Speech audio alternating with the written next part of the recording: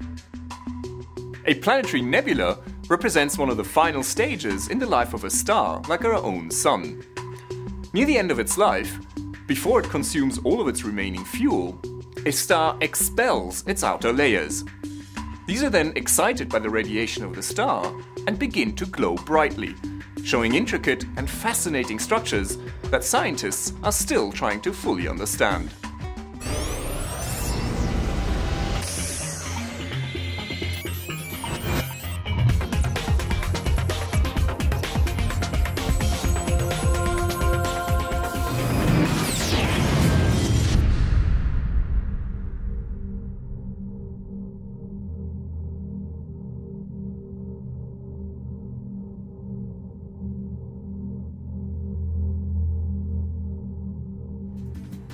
Hi and welcome to the Hubblecast.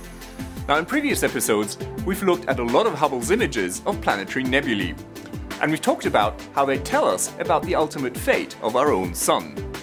Now in this episode we're going to take a closer look at just one of these, a planetary nebula that, unlike many others, does not in fact look anything like a planet. Known by its catalogue number NGC 5189, this planetary nebula might not sound very exciting.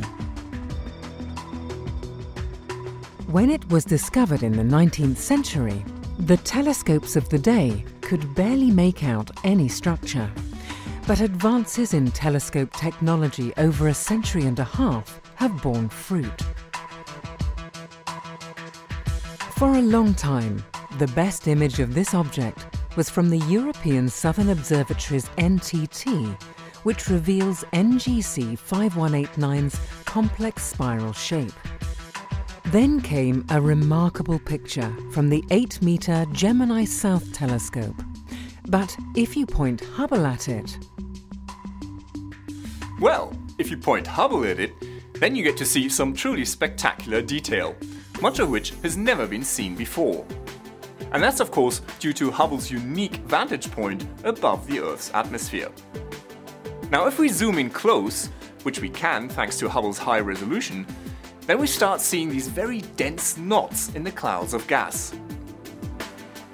Hubble has seen these before, most famously in the Helix Nebula. Now what's going on here is that the radiation from the dying star is carving these knots into shape, forming these glowing, bow wave-like patterns, much like water flowing around a rock in a stream. And these are all pointing towards the center of the nebula. The knots in NGC 5189 are a reminder of just how big planetary nebulae are. They might look insignificant here, but they are actually a similar size to the entire solar system. The star at the center of the nebula, a dense white dwarf, is far too small to see as anything other than a point of light, even though it is roughly the size of the Earth. NGC 5189's spiral shape is perhaps its most obvious feature, leading to its nickname of the Spiral Planetary Nebula.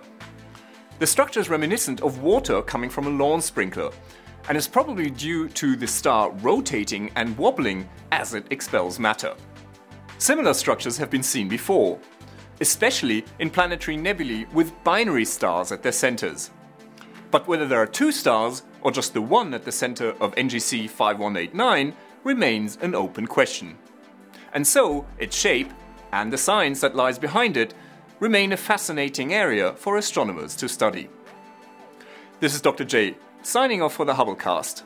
Once again, nature surprised us beyond our wildest imagination.